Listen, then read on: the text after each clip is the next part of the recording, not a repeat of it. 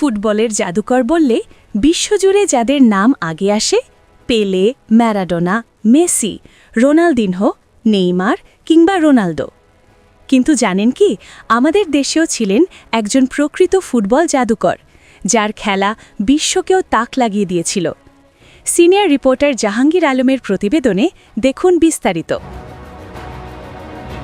আজ আমরা কথা বলছি বাংলা ও উপমহাদেশের ফুটবল ইতিহাসের এক বিস্ময়কর নাম, সৈয়দ আব্দুস সামাদ।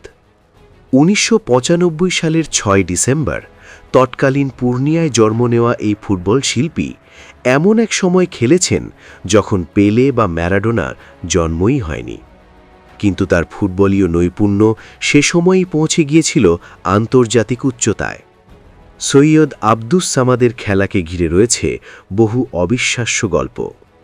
একবার সর্বভারতীয় ফুটবল দল ইন্দোনেশিয়ার জাভায় খেলতে গেলে সামাদের নেওয়া পরপর দুটি দুর্দান্ত শট গিয়ে লাগে গোলপোস্টের ক্রসবারে।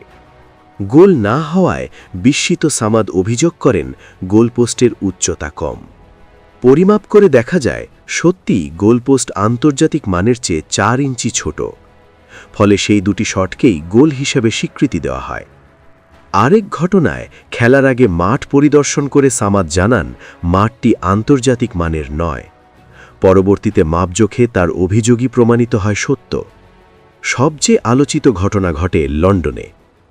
গ্রেট ব্রিটেন ফুটবল দল প্রথমে সর্বভারতীয় দলের সঙ্গে খেলতেই রাজি হয়নি।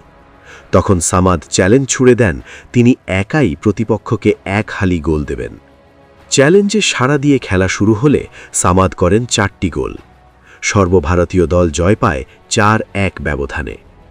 এত অসামান্য প্রতিভা থাকা সত্ত্বেও কালের আবর্তে সৈয়দ আব্দুস সামাদ হয়ে পড়েছেন অনেকটাই অবহেলিত। ১৯৬৪ সালের ২রা ফেব্রুয়ারি পার্বতীপুরে তিনি মৃত্যুবরণ করেন। তবে ইতিহাস সাক্ষী, মানুষ ভুলে যেতে পারে, কিন্তু কীর্তি কখনো মুছে যায় না।